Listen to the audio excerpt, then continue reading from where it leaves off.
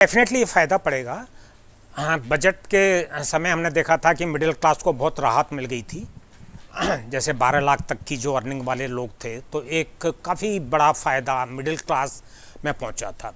इसमें जो फ़ायदे वाली बात है तो वो मिडिल क्लास को तो है ही है। मिडिल क्लास भी बड़ी गाड़ी खरीद रहा है तो उनको 1 लाख रुपए कम होगी गाड़ी की दाम, कोई बड़ी जो गाड़ी है।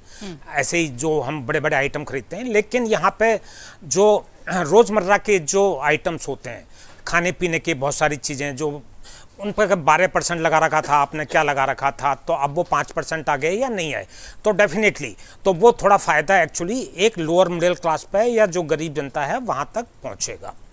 लेकिन मैं एक दो बात यहाँ थोड़ा सा कहना चाहूँगा कि डेफिनेटली इसका तो हमें स्वागत करना चाहिए कि इनडायरेक्ट टैक्स के थ्रू पैसा जब हम इकट्ठा करने की कोशिश करते हैं, सरकार करती है, तो वो रिग्रेसिव टैक्स माना जाता है, इस सेंस में कि उसका जो देने वाला होता है तो वो तो आम लोग होते हैं, आम लोग पे ही ज़्यादा उसका बर्डन पड़ता है।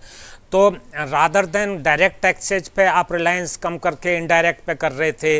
आप कह रहे थे देखो जीएसटी से हमने 2 लाख रुपए आ रहा है हमारा महीने का, 2 लाख करोड़, है ना। तो वो एक बात है, हालांकि अब कितना पैसा कम नहीं होगा उसके तो एस्टिमेट्स हैं, वो तो अब थोड़ा बाद में पता चलेंगे। लेकिन एक दो बात मैं यहाँ कहना चाहूँगा कि हमने, इस सरकार ने एक बार तो कॉर्पोरेट टैक्स कम किया, एक राउंड में इन्होंने इनकम टैक्स कम किया मिडिल क्लास के लिए। अब ये थर्ड राउंड मान लो आप, जिसमें आप कह रहे हो कि जो लोअर मिडिल क्लास है और मिडिल सभी शामिल हैं, उसका किया है। लेकिन जो सरकार की जिम्मेदारियां होती हैं तो उसके कई कंपोनेंट होते हैं। सरकार को वेलफेयर स्कीम चलानी पड़ती है ना, सरकार को डेवलपमेंटल एक्टिविटी चलानी पड़ती हैं, स्कूल कॉलेजेस वगैरह, हॉस्पिटल्स, बहुत सारी चीज़ें।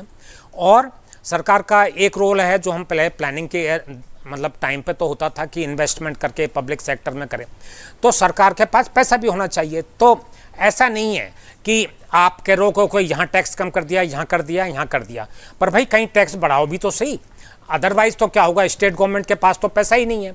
आज की तारीख में हायर एजुकेशन आप देख लीजिए, कहने को तो एनरोलमेंट बहुत बढ़ गया, कहने को हम रोज़ पढ़ते हैं कि लड़कियों का एनरोलमेंट लड़कों से ज़्यादा हो गया, सब कुछ हो गया, लेकिन क्या क्वालिटी है उस एजुकेशन की। कॉलेजेज में, यूनिवर्सिटीज़ में, स्टेट यूनिवर्सिटीज़ में आज जाके देखो, 4 जो डिपार्टमेंट 25 लोगों के होते थे वो 4-4 लोगों के हो गए हैं, और उनसे कह रहे हो हर चीज़ पढ़ा दो, है ना।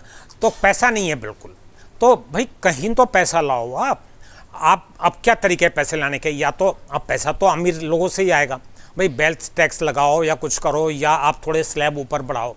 नहीं तो सरकार ये कह रही है, जो नियोलिबरल पॉलिसी होती है, भाई देखो हमने अपना काम कर दिया, हमने ये पॉलिसी बना दी, मार्केट पे छोड़ दिया, अब जनता जो चाहे जो करे, हमारी कोई जिम्मेदारी नहीं है। ये नहीं चलेगा। दुनिया में जो कंपटीशन है ना, चाइना वगैरह, वियतनाम वगैरह, थाईलैंड, इंडोनेशिया, आप देख रहे हो, तो ऐसे नहीं चल रहा काम। आपको मैन्युफैक्चरिंग सेक्टर बढ़ाना है, एम्प्लॉयमेंट बढ़ाना है, वो भी प्रोडक्टिव, तो सरकार के रोल को आप छोटा नहीं मान सकते। तो उसके लिए भी तो कोई तरीका होना चाहिए। नजर निगरानी बहुत बहुत ज़रूरी है। अगर आप ये वीडियो YouTube पर देख रहे हैं तो हमारे चैनल को सब्सक्राइब कर बेल आइकन दबाएं, और Facebook पर देख रहे हैं तो हमारे पेज को लाइक करें।